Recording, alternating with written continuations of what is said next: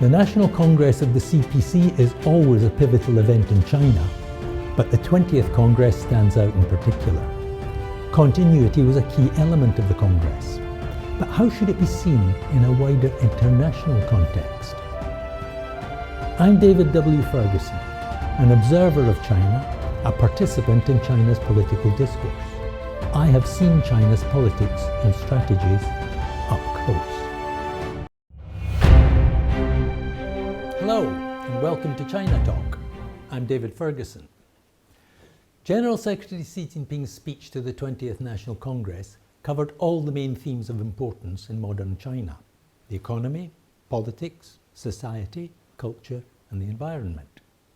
These involve specifics such as China's modernization through technology, innovation and upgrading, and the importance of people-centered development and whole process people's democracy. If I were to sum this up in one word, it would be continuity. There were no dramatic departures from existing strategies, no grand rhetorical flourishes, no headline-grabbing sound bites. Why? Because China's political leadership does not have to buy votes by performing short-term, crowd-pleasing antics that ultimately are not in the long-term interests of the country. One of the great strengths of China's system is this continuity, the ability to learn from the past and look to the future, pilot initiatives and roll them out when they've proved successful, build long-term plans and then see them through to implementation, and above all, to unite and mobilize the whole country in pursuit of key national strategies. Xi emphasized that the main task for the CPC going forward would now be to realize the second centenary goal. That goal, to build China into a country that is strong, prosperous, democratic, harmonious, beautiful, and culturally advanced, is due for delivery in 2049, the centenary of the PRC. That means China is looking forward and planning 27 years into the future. But it goes deeper than that. The first iteration of the second centenary goal emerged from the 13th National Congress in 1987.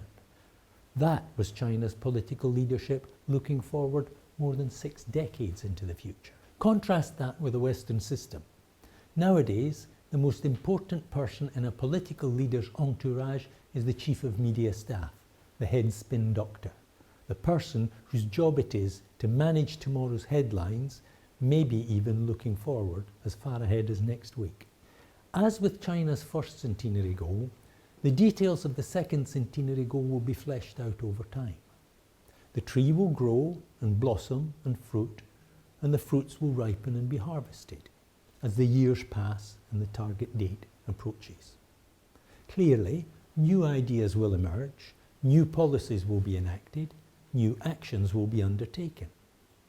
But that will happen within the context of a broad strategy that has already been defined.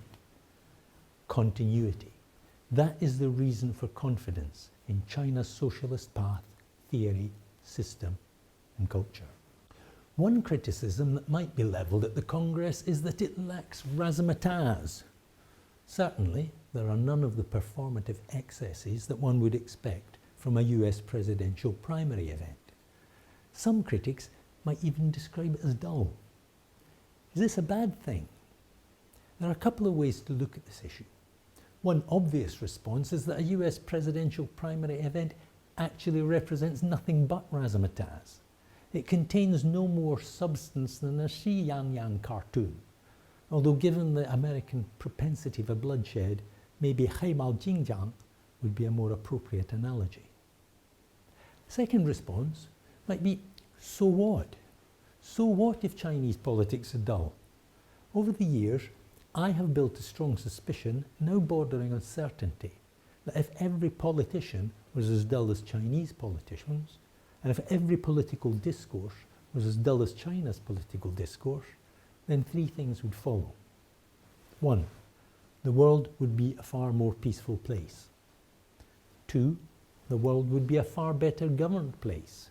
3, the people of the world would be a lot happier and more prosperous, and a lot more of them would still be alive. But there is another more interesting aspect to the question. I see China as a video, something that is in constant process of evolution. You can look at where China was in the past, where it is today, and where it's going. One of the criticisms I make of the Western media is that they insist on treating China as if it was a still shot from the video, and one that is always 20 or 30 years out of date. Then they examine the still shot at their leisure, looking for as many problems as they can find, documenting them in loving detail and harping on endlessly about them. They pretend that this is all there is to China, and this is how they present China to their audiences. And this is how the people of the West are taught to see China. You could look at the Congress in the same way. Considered in isolation, it's not a very exciting event.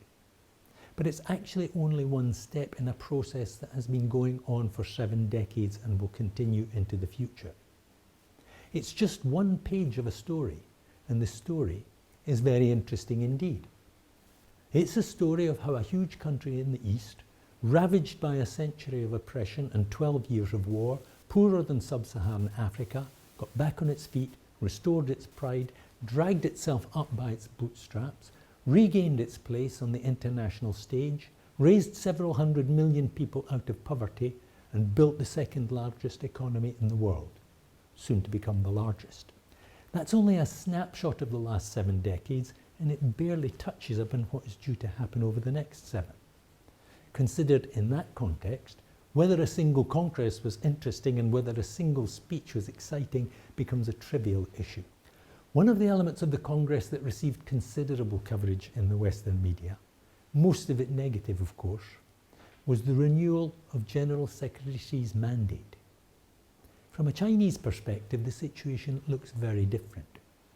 The current level of tension in international affairs is an area of major concern, with the war in Ukraine and a seeming determination on the part of the USA to export that kind of conflict to China. The situation is volatile in Taiwan and elsewhere, and it will require a cool and experienced head to steer the world through these troubled waters. In the ranks of world leaders, no one comes close to the stature of Xi as president. Compare him with Joe Biden, for example. Xi possesses a level of gravitas that his counterparts could only dream of. He has decades of experience in government and has led China for 10 years now.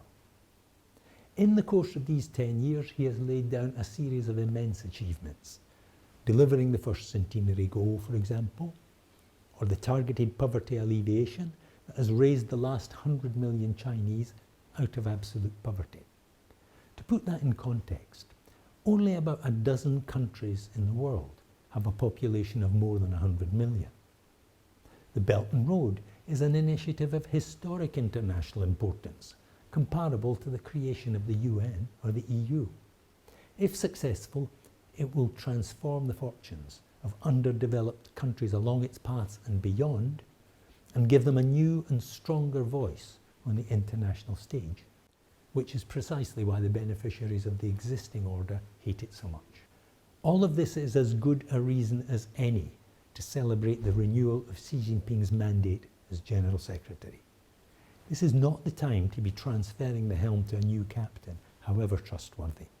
This is a time for continuity in governance as well as in strategy.